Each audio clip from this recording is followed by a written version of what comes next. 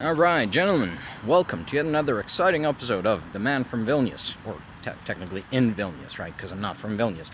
Anyways, and today we're going to have to talk about why MAGA is destroying the U.S. tourism industry, which, if you haven't noticed, it's exactly what they have been doing. Now, first of all, I recommend everyone go and follow a guy, call him himself Guard the Leaf. He's a Canadian out of Vancouver, British Columbia, and he's been really documenting the downfall of the U.S. tourism industry from a Canadian point of view, because the Canadians have been boycotting the just travel to the U.S.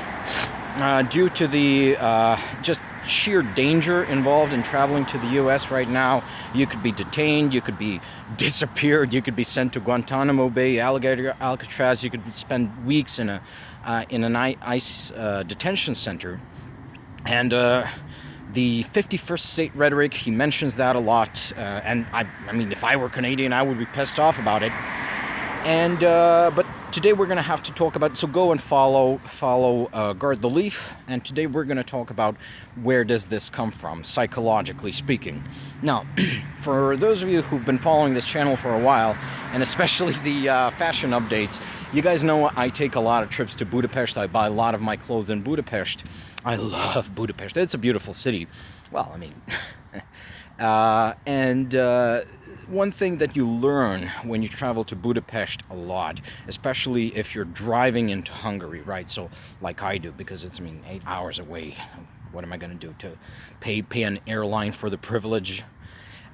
Is that the Hungarian border service are not nice, and they make it a point to make you wait at the border for 6, 7, 8 hours. Now, the longest I've waited is 4 hours, but I got friends who've been held up for 20 hours at the Hungarian border.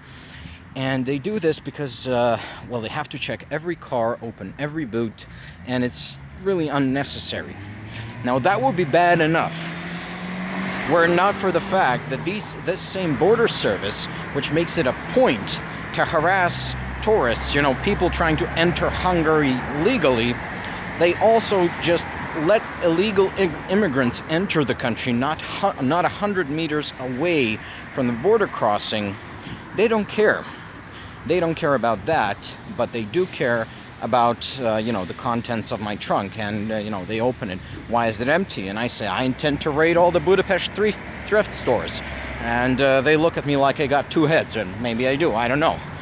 But fundamentally, so why this harassment of tourists while ignoring people who break the law? And make no mistake, if you're, a proper criminal, if you're a smuggler and you want to smuggle things into Hungary, now this is not legal advice, but you can actually do it with relative ease. All you got to do is bribe the proper authorities. You got to bribe Fidesz.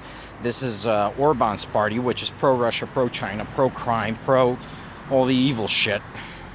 And they're involved in a lot of drug trafficking, especially trafficking precursors to make methamphetamine to the Czech Republic. Don't ask me how I know that.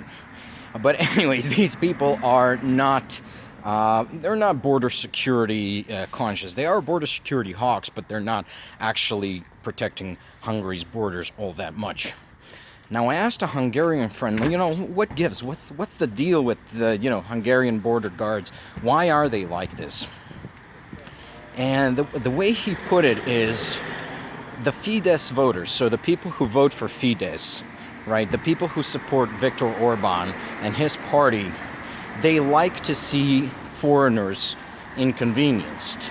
They dislike foreigners as a general rule. They dislike tourists, and I can't really blame them. And so they want to see these people like me, inconvenienced at the Hungarian border, so that they can feel safe. And I see, but aren't they seeing that this border service is really not stopping criminals? It's not stopping the illegal immigrants who are entering Hungary. Now, obviously, a lot of these people are transiting towards the richer European states, but still, it's a point of principle, right? And no, because the point of it for Fidesz voters, now I want to stress, not Hungarians, Fidesz voters, like voters of Viktor Orban, the point for them is the inconvenience to the tourists. And this is because Fidesz voters have a chip on their shoulders about foreigners, and especially foreigners of nations neighboring Hungary. And because I usually drive in through Serbia, right? Serbia is a nation neighboring Hungary. You do the math, right? So anyways, why is this? Why is this? And the answer is quite simply because Hungarians feel wronged. They feel wronged by other European nations, which pushed Hungary around when it was, especially after the First World War, where Hungary was essentially basically dismembered with the Trianon Treaty. And I want to make it clear, I think the Trianon Treaty was very harsh towards Hungary. It was bad for the Hungarian nations, and the nations of Europe at Versailles should not have done that. But it happened, And now there is a segment of Hungarian society, which is, the Fidesz voters, which would like to take revenge for Trianon on every foreigner they can get their hands on. And they do that by essentially voting for the guy who will inconvenience tourists. And as a bonus, if you're a tourist coming into Hungary, I would say 60% chances you're going to Budapest, which is a liberal area. Overall speaking, there's obviously Fidesz voters living in Budapest, quite a lot of them actually, but it's generally speaking a left-wing liberal city. Or you're either going there or you're going to the Balaton Lake, which is not exactly a Fidesz voting area. So these people are seeing it, even if we lose tourism, it's going to inconvenience those big city liberals in Budapest. And as my friends, Hungarians, keep telling me, Budapest is not Hungary, Hungary is not Budapest. The two places might as well be on different planets in terms of culture. But it's a really destructive and poisonous sort of way in which, and you see this with people too, they hold on to trauma and then use that trauma, which was, well, let's face it was wrong of others to inflict that trauma against them, but then they use it as justification to lash out and traumatize others. And it can happen to nations. Just look at what Israel is doing in Palestine and how they justify it. But see, we are basically seeing the same thing happening right now with America. There is really no point to U.S. Border Service or ICE or whatever to be harassing people who enter America peacefully. They're harassing, scientists flying in for conferences because they had anti-Trump posts on Facebook. They detained that Norwegian guy because he had a J.D. Vance meme on his phone. I shudder what would happen if they got their hands on my phone. What would happen to me? Probably shoot me on the spot. They detained that. They're detaining permanent residents of the United States who are married to U.S. citizens. There was that German guy from New Hampshire who he has a wife and 3 children who are citizens. They still detained him in some ICE gulag somewhere, and so why are they doing that? The answer is this is theater for MAGA. You just need to go on MAGA Twitter and observe what they're saying about Alligator Alcatraz. And if you bring up to them, hold on, these people wanted to enter the USA legally as tourists or visitors, or some of them are permanent residents. Well, who the fuck gives a shit? The border's safe now. It's this enjoyment of cruelty against people for its own sake. And what really perplexes me about this is that I understand where it comes from in Hungary. Hungary has been wronged historically, and now it has very unhealthily sublimated this past trauma, and it's lashing out against its neighbors. And I have empathy for the Hungarians, right? Even though I don't approve of what they're doing. Well, what the fuck have we done to America? As Europeans, as Canadians, as whatever. What did that German guy do to America? What did Norway do to America? So, and it's really this irony of the world's most powerful nation having a very bad case of small country syndrome. I come from a small country. I know what it's like. Big country's gonna push you around, and it goes deep inside, and you sort of want to strangle them all. But you don't do it because we're supposed to be living in a civilized world. But when it's a big country doing it, a big country which, what's the last time someone seriously injured America.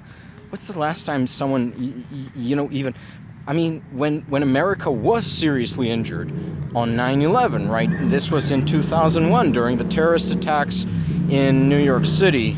Every NATO ally sprang to help America, because that's what allies do. That's what friends are for.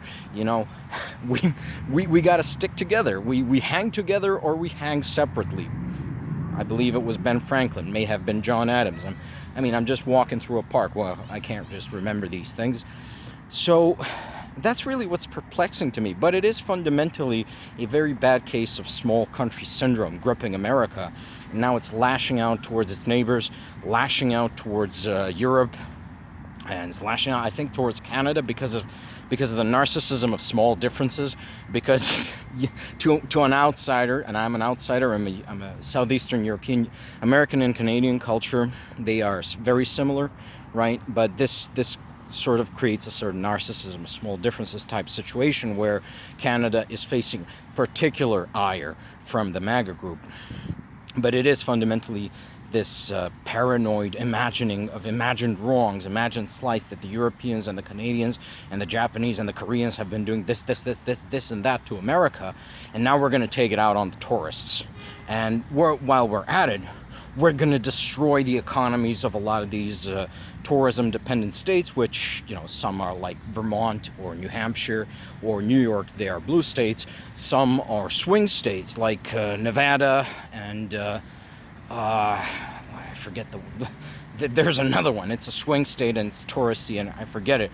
Or even like when you're talking about tourism in Florida, yeah, that's a red state now, but most tourism in Florida is in Miami-Dade County or in near Orlando, where Disneyland is. So, and those are, I believe, liberal areas of Florida.